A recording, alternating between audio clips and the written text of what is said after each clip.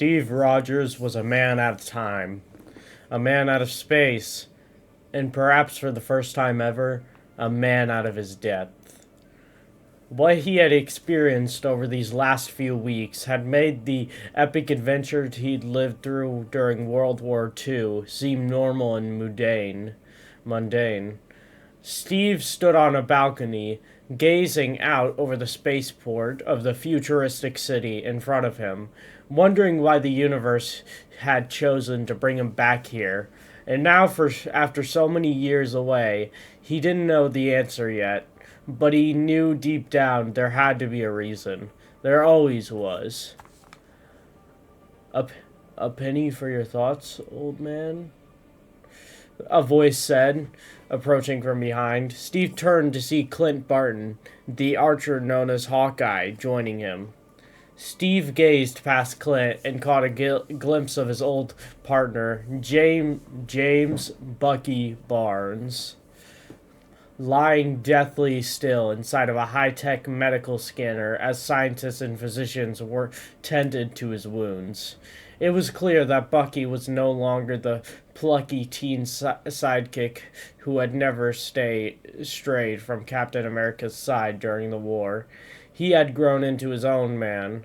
But far more than that, he was now a skilled assassin with a cybernetic arm and a tortured past.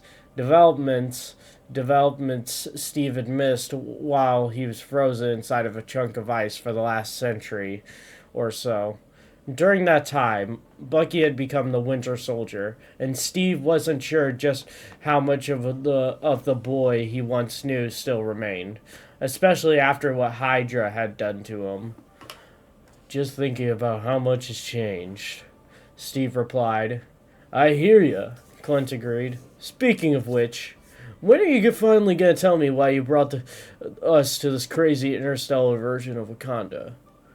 Or, how you're still alive. Because as far as I remember, Captain America fell in the line of duty. Now's as good as a time as any, I suppose, Steve said, realizing that this was the first real downtime he'd had since he'd brought Clint and Bucky into his strange new world. Steve took a deep breath before he began to tell his tale. He started by regaling Clint with the story of his final mission during the war. When the plane he was on crashed into the Arctic Ocean, as the plane filled with water, he could feel his muscles freezing, his heartbeat slowing, his vision blurring to white. And then nothing, for what seemed like an eternity. He didn't know if he was alive or dead until he found himself trapped inside of a glass tube, freshly thawed out of a chunk of ice by a beautiful redhead with the slightest hint of a Russian accent. Natasha? Natasha? Clint exclaimed. Steve could tell by his new friend's reaction that he had history with this mystery woman. He wanted to ask Clint who she was, how he knew her, why she would have rescued him, and where she could be found now. But those questions would have to wait until after his story was done. Steve continued, telling how he and Natasha had escaped from the Alchemex labs together, only to be caught in a massive explosion before they could reach safety. Steve protected Natasha from the detonation, but quickly realized that his continued presence would only put a target on her head, so he decided to disappear. With the help of a tough-as-nails resistance soldier named Logan, Steve found his way to the embassy of a nation whose king he had befriended during the war. If anyone could provide him a safe haven until he got to his bearings, he imagined it would be the Asian-less African nation of Wakanda. But when Steve and Logan arrived at the Wakandan embassy, it looked as though it had been abandoned for years. All that remained were silent statues of former Black Panthers guarding their nation's proud legacy. Examining the statue of Bashinga, the first Black Panther, Steve took note of the inspiration on its base. Since the birth of this nation, our people have reached for the stars. At last, we have found them. Steve didn't know what that meant, but he would find out when Logan activated the high-tech Kimoyo bead given to them by their resistance allies. A strange portal opened next to the sculpture of Bashinga, and Steve stepped through. In the blink of an eye, he arrived on the other side of the universe, finding himself in a city so advanced that it seemed like something straight out of from one of those science fiction serials the boys at Camp Laying would love to watch on their nights off. This was the intergalactic empire of Wakanda, and its monarch was waiting for him. King T'Challa and his sister Shuri welcomed Steve with open arms, offering him a safe place to stay and full access to their technology. T'Challa shared stories that his father passed down to him about his trusted ally in spangled armor. Shuri even crafted a new shield forged from vibranium alloy, just like the one Steve had carried during the war, with a few perks, of course. As Steve searched for more answers about this new world, a world where it was no longer 1945, but instead the year 2099, what he found was more unsettling than he had originally realized. The future he had awoken in was just one of many, an endless connection of possible timelines that were currently in the process of collapsing on each other due to a phenomenon known as the time stream entanglement. T'Challa and Shuri already reached out to the scientists and heroes from other realities, in hopes of finding a way to repair the timelines. But the process was beginning to lead to conflicts between groups with disparate goals and methods.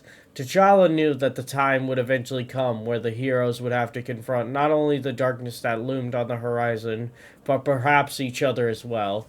And so he asked Steve a favor: to gather the very best soldiers from across time and space and bring them into their fold. When Steve agreed, there was no doubt whose name would be first on his list.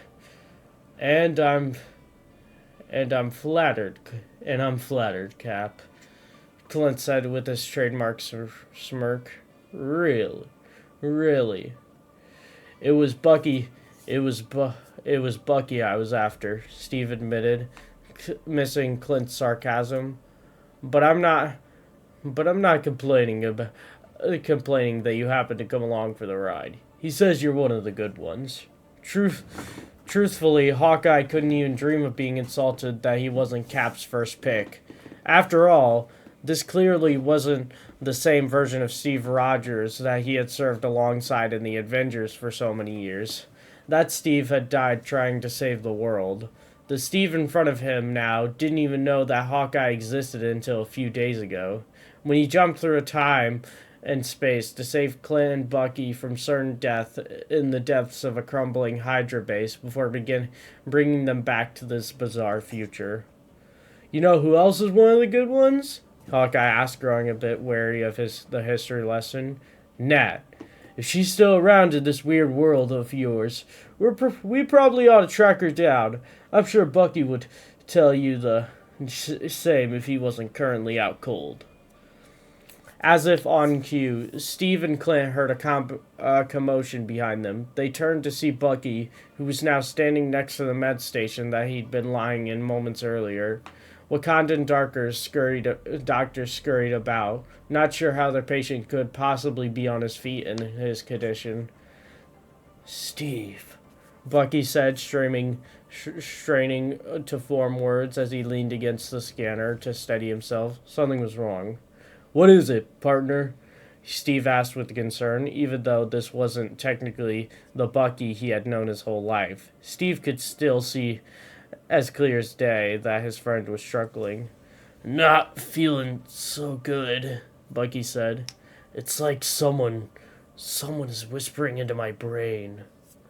Oh no, Clint said. Some sort of Hydra conditioning?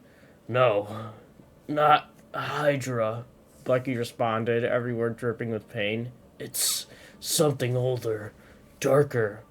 Steve and Clint glanced over at a nearby statue of Bast. the panther goddess worshipped by the Wakandan people, and realized that its eyes began to radiate a deep red.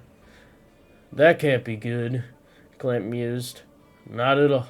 Not at all, Steve agreed. As Bucky writhed in pain, his eyes began to glow the same red as the statue's. A cluster of organic tentacles started rapidly grow from the place where his brand new cybernetic arm met his shoulder. They intertwined with the technology of the artificial limb, seeming to integrate into it as they transformed the arm into something new entirely. Bucky let out a scream as the snake-like limbs extended from the end of the arm and flailed about wildly, striking towards Steve and Clint. I thought I cut those things off! Clint yelled as he dodged out of the way. It didn't take, Steve said, blocking the whipping appendages with his shield to prevent them from striking Wakandan scientists. Innocents are in danger here. Let's take this battle somewhere more open. Without another word, Steve and Clint both ran at full speed toward the edge of the balcony and leapt down several floors to the spaceport below. Landing safely, they looked up and saw that the Winter Soldier was in hot pursuit, just as they had hoped. We need to get this palace, and we need to get to the palace and alert T'Challa and Shuri, Steve said. Clint, do you think you can pilot a Wakandan starship? I can pilot anything, Clint said with a wide grin. He ran over to the Wakandan crafts and leapt into the cockpit with the grace and skill of a circus acrobat. With the flick of a few switches, the ship started to rise into the air, but before it could depart toward the Wakandan palace, it was ensnared by the tentacles extending from Bucky's arm. Clint hit the thrusters, but the tentacles held the ship in midair. Bucky didn't even budge, somehow drawing an intense amount of superhuman strength from the dark force possessing him. Suddenly, Captain America's shield ricocheted through the spaceport, gaining momentum with each bounce before finally slicing the tentacles in twain and forcing Bucky to release his grip on the ship. As Clint jetted off toward a safer sky, Steve heroically leapt up and caught his shield midair. Snap out of it, Bucky, Steve said as he landed back on the ground, shield at the ready. No, Bucky replied as he instinctively retracted the wounded tentacles back into his body. They once again seemed to merge with the technology of his cybernetic arm. Knowing that there was no other option, Steve raced toward Bucky, ready to face the unexpected threat head on. Bucky matched Steve's sprint and rushed at his former partner, leaping into the air and raising his bionic fist, ready to strike. Steve hoisted his shield, blocking the blow. The impact of the vibranium sent a shockwave through the spaceport that shattered every window in a 100-meter radius. The clash that followed felt longer than World War II, at least to Steve. The two soldiers knew each other so well that neither could get a hit in that wasn't instantly blocked and countered. Despite their effort, they were getting nowhere, and while Steve Rogers knew he could do this all day, he wasn't sure how much longer Bucky could survive the dark forces that had taken control of him. Looks like you could use the cavalry, Cap, Clint yelled as he landed his spacecraft on the nearby launch pad. As he exited the cockpit, Steve realized that his new friend hadn't come alone. With him was Princess Shuri, one of Wakanda's most brilliant scientists, and the designer of Bucky's new cybernetic arm. I've got good news and bad. I have good news and bad, Captain, Shuri said, extending her arm to reveal her bracelet made of high-tech kimoyo beads. As she touched one of the beads, a hologram of Bucky's arm appeared in the air. The cybernetic limb I created for your friend is made from a number of bleeding-edge materials, including vibranium, nanotech, and unstable molecules. Is that good news or the bad? Steve asked, unfamiliar with anything other than vibranium. It is both, Shuri responded.